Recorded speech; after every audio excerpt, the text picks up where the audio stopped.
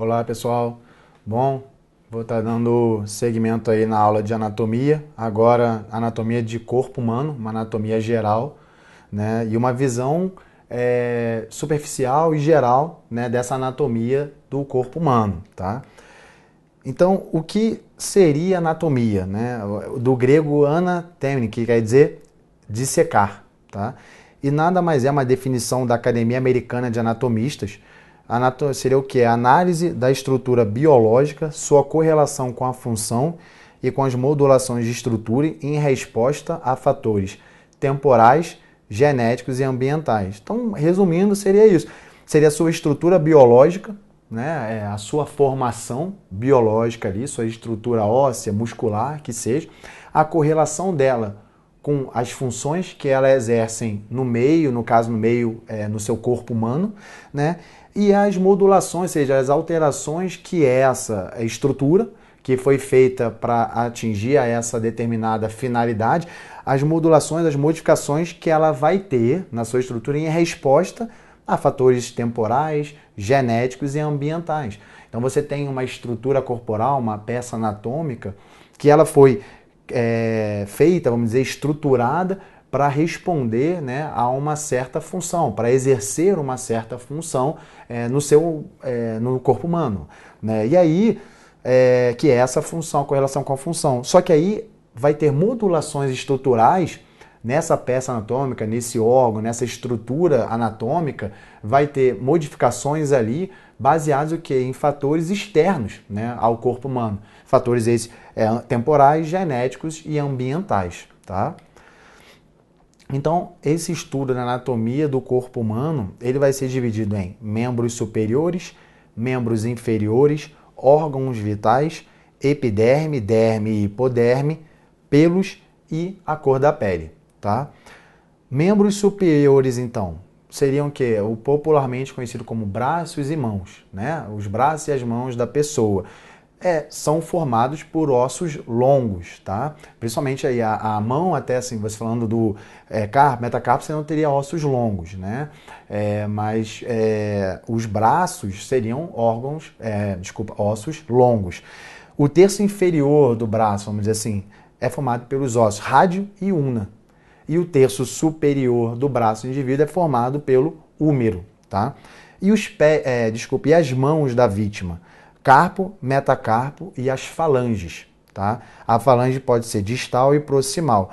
Eu botei um asterisco na falange, porque é aqui na falange, especificamente na falange distal, que a gente vai ter as impressões digitais. Não especificamente na falange, que é uma estrutura óssea, mas nessa região anatômica é que a gente vai ter a formação das impressões digitais, na verdade do desenho digital, né? A impressão digital é o que vem no suporte, né? Um papel, alguma coisa. Mas o que a gente tem de crista papilar de desenho digital vai estar localizado nas falanges, tá bom?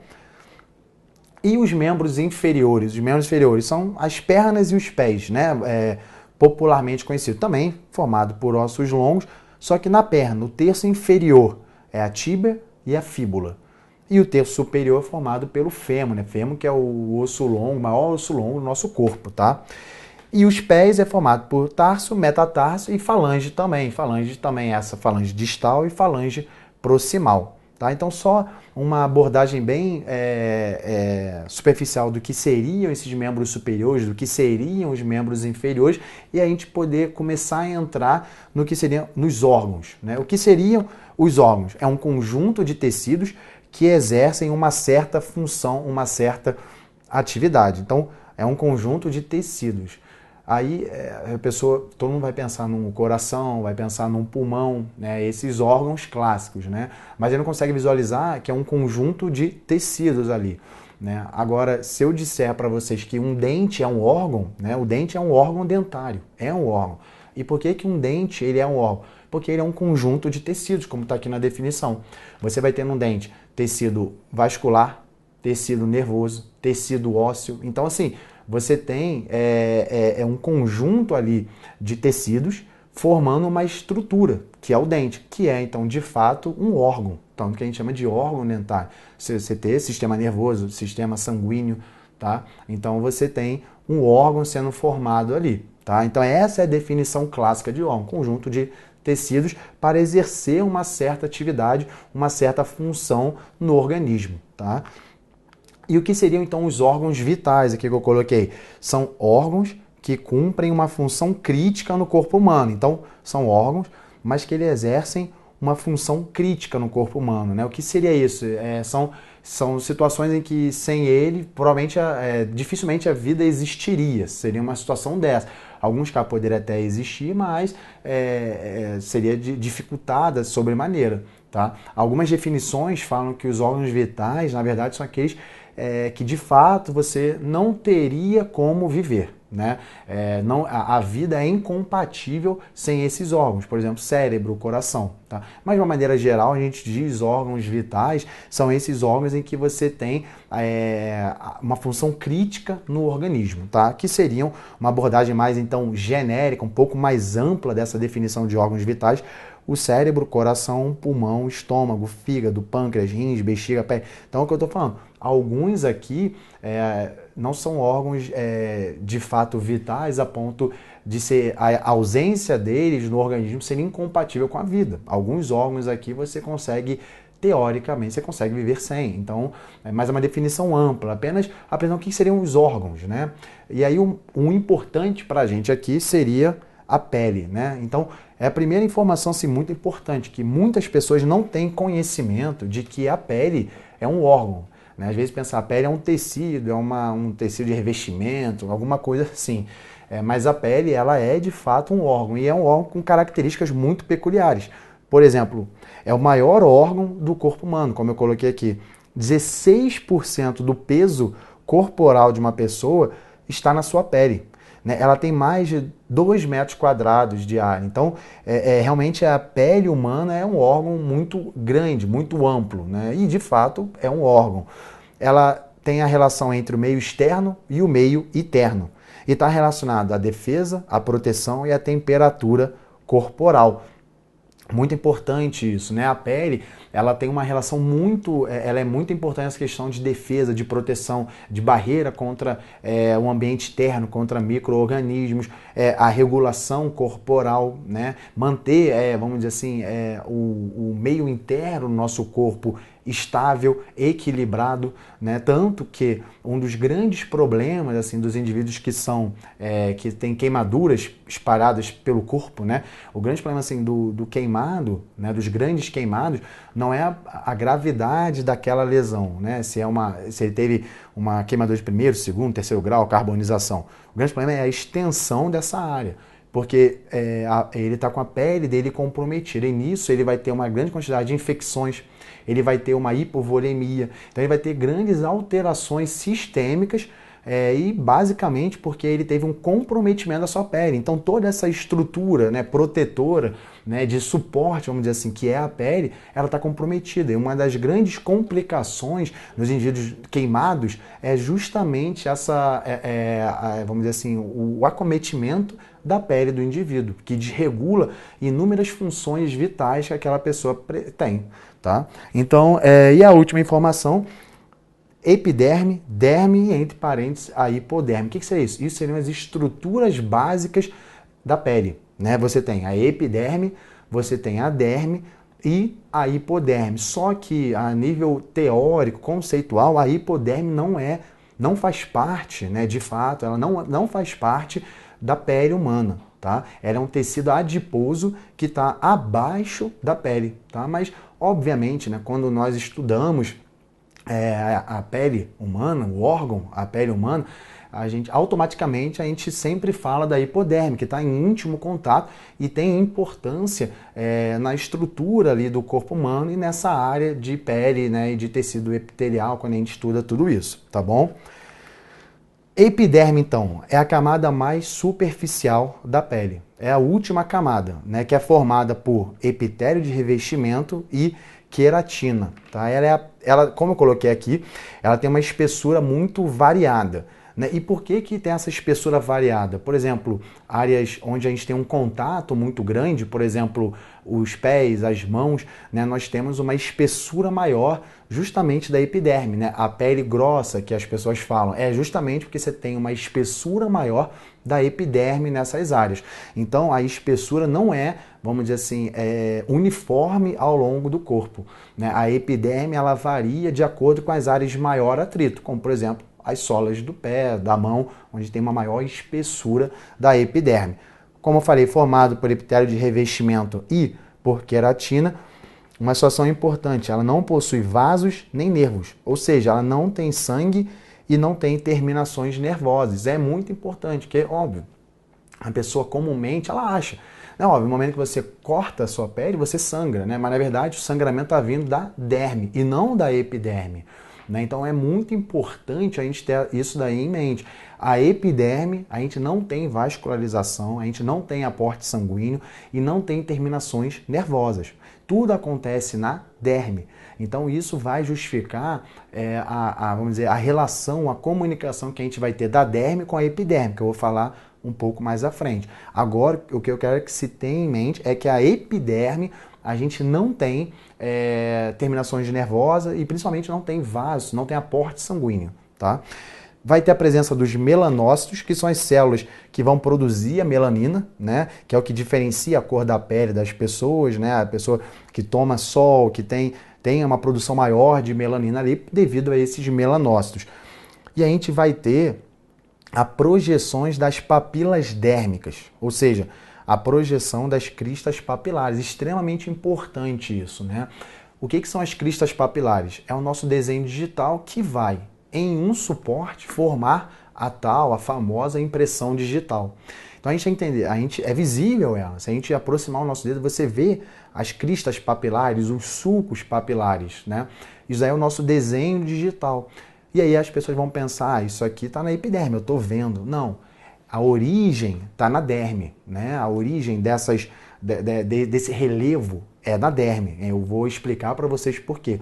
Só que essa projeção, né, desse relevo, ela é vista na epiderme. Então, eu botei, são projeções das papilas dérmicas, que são as cristas papilares, tá? Mas tome cuidado, né? As cristas papilares, né, o desenho digital, né, o desenho papilar, ele é formado na derme, tá? Na derme papilar, que eu vou falar um pouco mais à frente. Só que essas projeções são exteriorizadas, vamos dizer assim, na epiderme da pessoa, que está aqui. Ok, gente? E a derme, então? O que é a derme? É a camada logo abaixo da epiderme, né? Então a gente tem a derme reticular e a derme papilar, tá? Na derme papilar é que a gente vai ter a formação dessas cristas papilares, tá? É na derme papilar. A derme papilar é a derme mais próxima da epiderme. E a derme reticular, ela é uma camada mais profunda. Então é na derme papilar que a gente vai ter a formação, né, propriamente dita, das cristas papilares, do desenho papilar, das papilas dérmicas, tá bom? Que vão ser projetadas, exteriorizadas na epiderme. Formada por tecido conjuntivo denso e colágeno. Tá? E a diferença, o outro lá, a epiderme, é grande quantidade de queratina. Aqui já é uma grande quantidade de colágeno. E a grande questão, possui vasos e nervos. Então, a derme é vascularizada, né? A derme, ela é vascularizada, ela tem terminações nervosas ali. E isso é muito importante, porque a derme, ela sendo vascularizada, ela tendo as terminações nervosas, você vai ter isso aqui que eu coloco. Você vai ter a papila dérmica se forma, né, pela junção derme e epiderme. Vou falar mais à frente. Você tem um imbricamento entre a derme e a epiderme, justamente porque a derme você tem uma vascularização nervosa e a epiderme você não tem uma vascularização nervosa. Então você tem que ter esse imbricamento, né, você tem que ter essa relação para justamente você ter um aporte sanguíneo da epiderme, tá? E é assim que é formada a papila dérmica. Eu vou falar um pouco mais à frente, tá? Então, possui vasos e nervos, voltando, possui vasos e nervos, possui glândulas sudoríparas, glândulas sebáceas e é a origem dos pelos. As raízes dos pelos estão localizadas na derme. A haste, ela é exteriorizada, né? O pelo em si que a gente vê, ele está exteriorizado na epiderme, que é a haste. Só que em si o pelo é formado lá na derme, a raiz dele, o bulbo, né, o folículo piloso está tudo na derme. Apenas a exteriorização, que é a haste do pelo, que vai estar na epiderme, tá? Aí, como eu falei, a derme é onde está, é a origem das papilas dérmicas, é na derme. Isso é a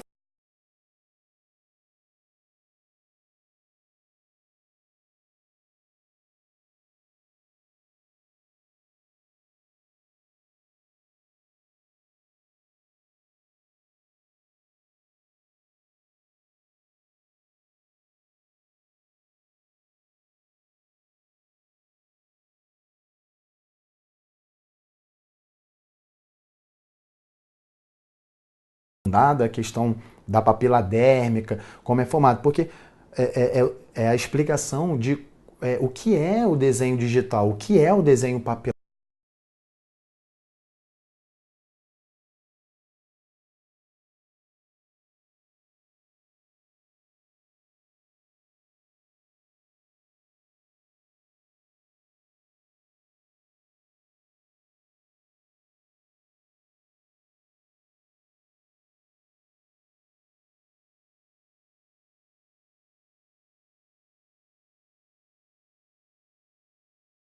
Formado, então, essas cristas papilares, essa papila dérmica aí que vai formar esse desenho único e que vai permitir a identificação das pessoas.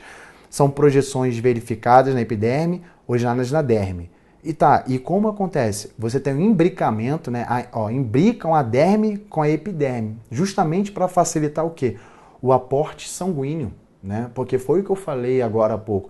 A epiderme, ela não tem vascularização. Então, se ela não tem vascularização, de alguma maneira ela tem que ter um aporte sanguíneo. Ela tem que ter esse aporte de oxigênio, de nutriente. Como é que vai ser feito isso? Através desse imbricamento, essa ligação íntima entre derme e epiderme. Normalmente tiver esse imbricamento, vão se formar relevos nessa interface derme-epiderme, e esse relevo formado é a papila dérmica. Esse relevo ele vai ser exteriorizado, né, lá na epiderme na forma do desenho digital, do desenho, né, da nossa polpa digital, ok? E aí, qual é a grande função? Né? Porque na natureza, nós que descobrimos uma forma de identificação por meio das impressões digitais, por meio da análise desses desenhos digitais. Né? Mas na natureza, né, qual é a grande função dessas pregas, dessas cristas papilares? Né?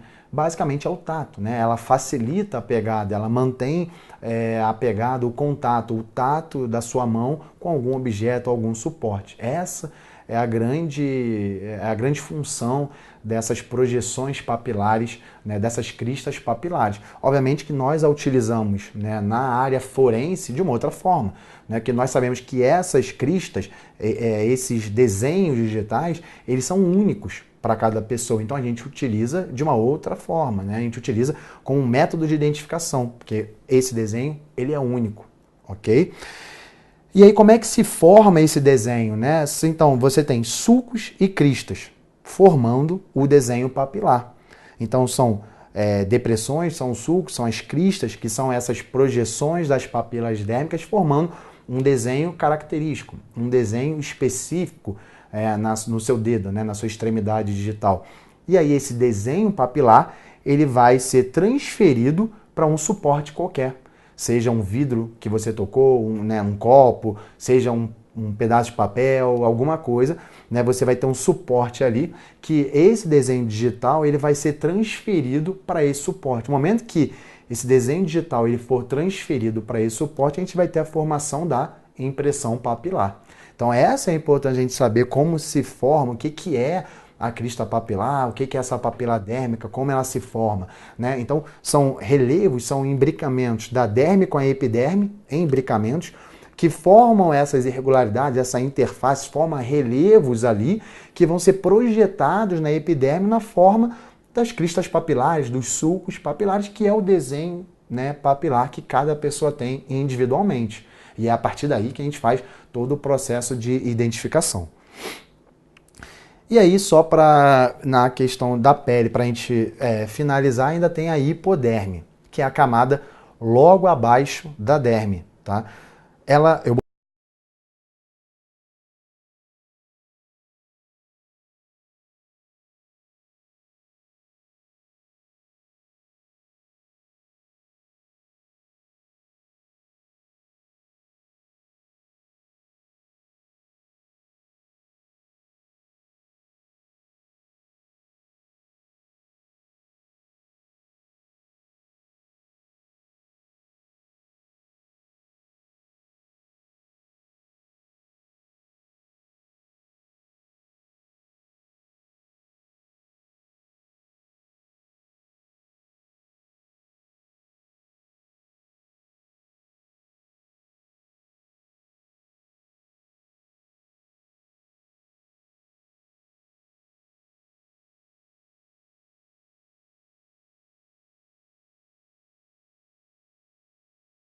células, né, adiposas ali, tem um tecido adiposo sendo formado ali na hipoderme, a principal função dele não é diferente da derme, da epiderme, de proteção, defesa. A hipoderme ela tem uma função diferente, porque ela não é pele. Né? Então ela não tem essa questão de defesa, proteção. Ela é basicamente, por ser tecido adiposo, ela, basicamente a função dela é reserva de energia, fonte de energia e isolante térmico. Tá? E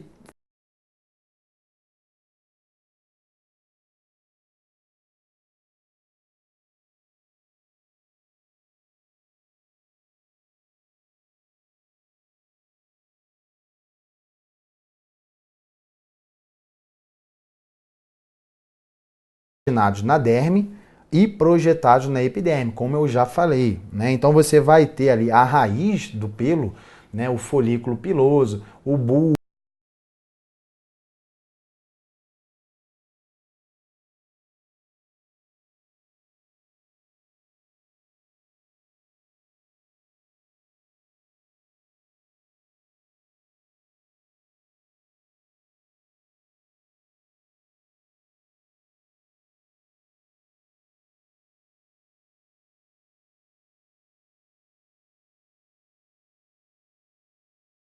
Tá bom?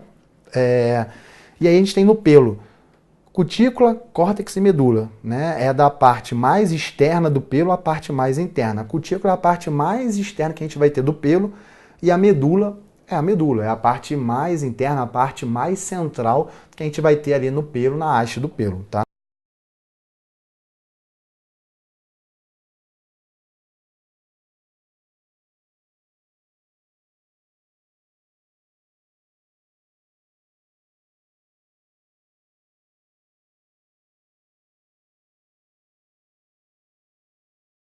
Glândula sebácea, que vai liberar um sebo que fica em volta do pelo, né, esse sebo, o folículo piloso e o bulbo, tá? Qual é a grande importância? Dentro desse folículo piloso, né, que tem um aspecto que a gente fala de uma taça de vinho invertida, né, dentro desse folículo piloso a gente vai ter o bulbo ali, tá? E aí é muito importante o bulbo, porque o bulbo, como eu falei aqui, ele vai ter a matriz geminativa, é a célula responsável pela formação e crescimento do pelo. Então, é ali que a gente vai ter as células de formação, células de crescimento daquele pelo. Então, por exemplo, para exame de DNA, dando exemplo, se não tiver o bulbo junto ao pelo, aderido ao pelo, o exame de DNA fica muito mais difícil, né?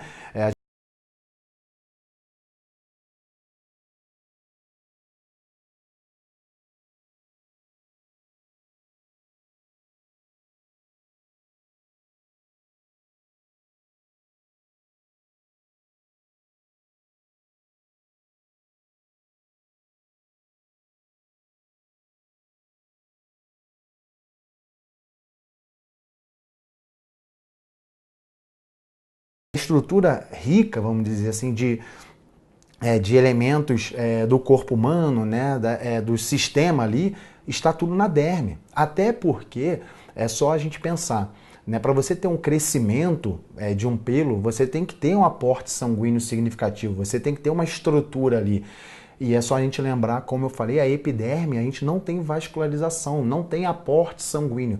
Então, como é que você vai ter uma célula germinativa nesse meio sem aporte sanguíneo, né? Então, até por isso, né, que a gente automaticamente, né, é intuitivo a gente saber que o folículo peloso, o bulbo, né, a raiz do pelo, ela vai estar inserida na derme e não na epiderme. Apenas a epiderme está exteriorizando aquela haste, aquele